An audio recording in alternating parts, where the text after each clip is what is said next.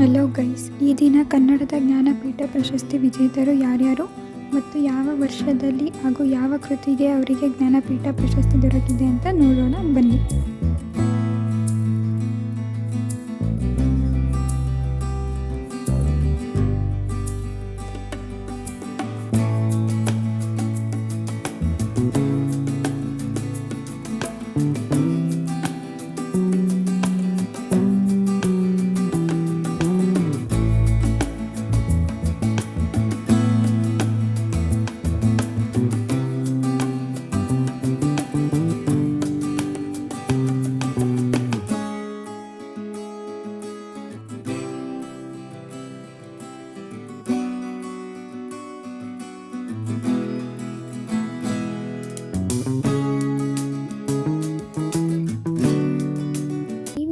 ಇಷ್ಟ ಆಗಿದ್ರೆ ಮತ್ತು ಯೂಸ್ಫುಲ್ ಅನಿಸಿದರೆ ಲೈಕ್ ಮಾಡಿ, ಶೇರ್ ಮಾಡಿ, ಕಮೆಂಟ್ ಮಾಡಿ ಮತ್ತು ಸಬ್ಸ್ಕ್ರೈಬ್ ಮಾಡೋದನ್ನು ಮರಿಬೇಡಿ.